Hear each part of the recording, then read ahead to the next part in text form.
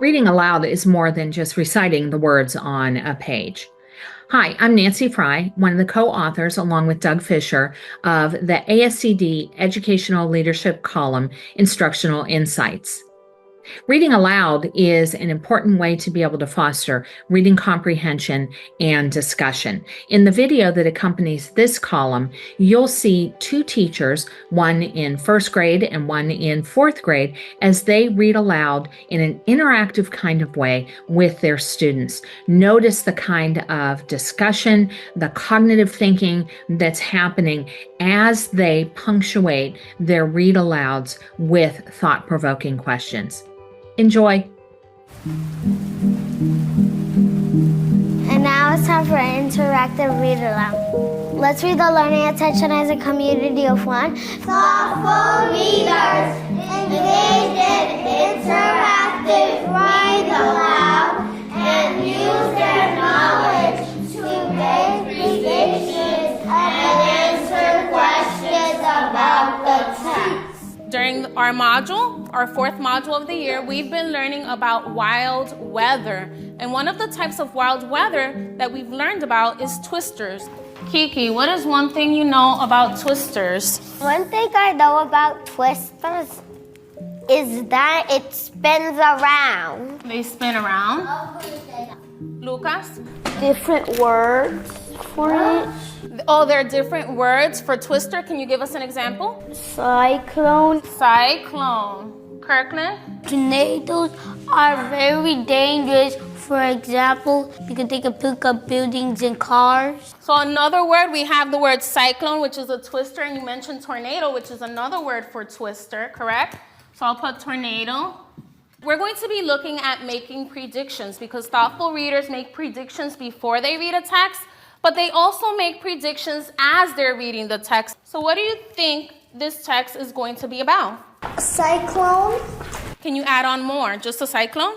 Two children and a twister. Two children and a twister hits? Okay. And that would be a great prediction because you used the illustration and you used the title and what you saw, right? Now I'm going to read the text twister. Skreek, skrock. Our porch swing hangs by two chains. Its slats are warm with sunshine. Nap pushes me fast. I jiggle along, tasting raindrops as we go.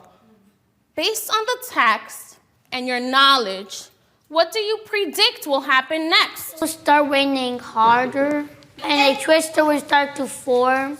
Rain splinks onto the tin roof of our trailer. So was our prediction accurate?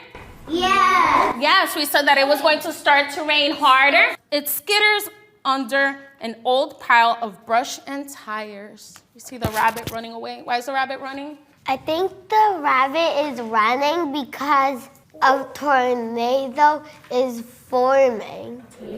Mama lights a candle. We move to our bedroom and turn on the radio. Watching clouds dark and furious. Almost yes. Yes. What does furious mean? Furious. So what does furious mean? Mad or angry, right?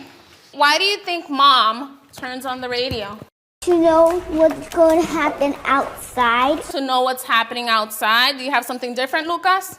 To relax them. We sit on folding chairs in the dark, spidery room, which smells of old rain and earthy potatoes. Yes. What does earthy mean? Well, it smells like the earth, like dirt, because potatoes come from the dirt, right? Nat's eyes look big and round and full of tears. Let's compare scars, I say, yanking off my flip-flop. Why are they comparing scars at that moment? Let's think about what's happening in the story. How does Nat feel? Scared. He feels scared, right? So why does she say, let's compare scars?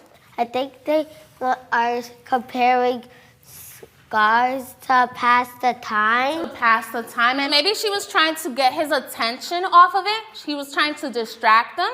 Then, with a ferocious roar, the twister strikes. Then once again, it's silent.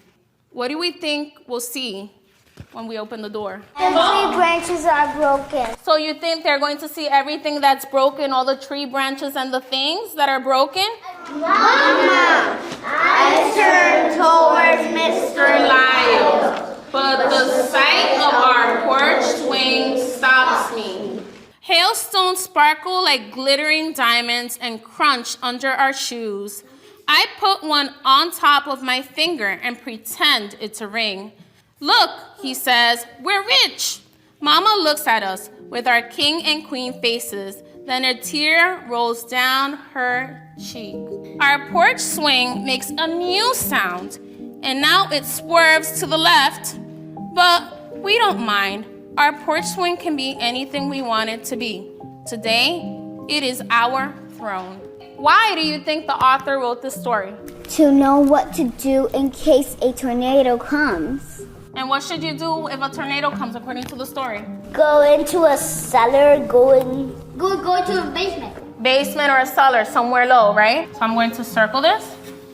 And now it's time for our interactive writing.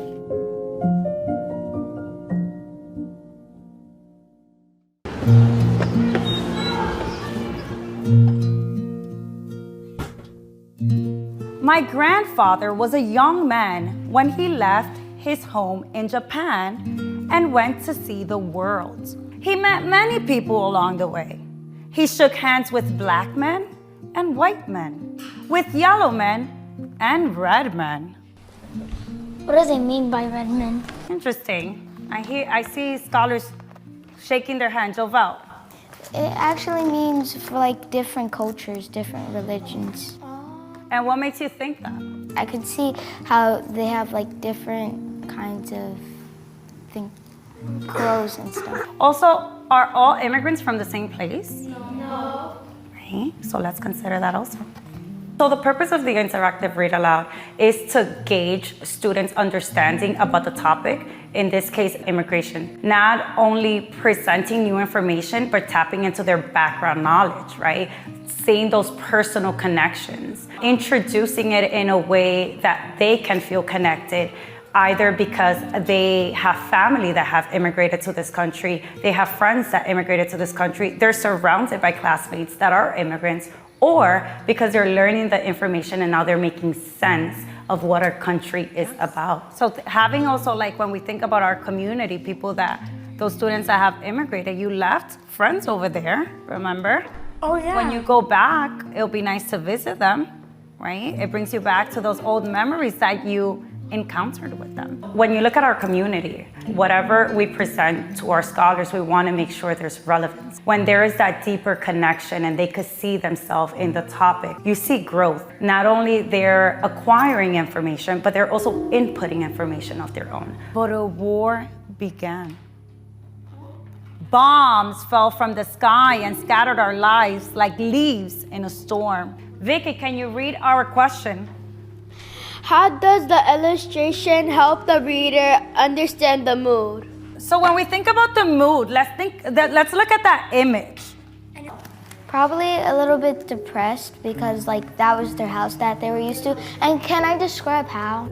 Absolutely. And it probably shows it how because it's like the image is very dark because it shows a dark background and then how the ground is dark and yeah.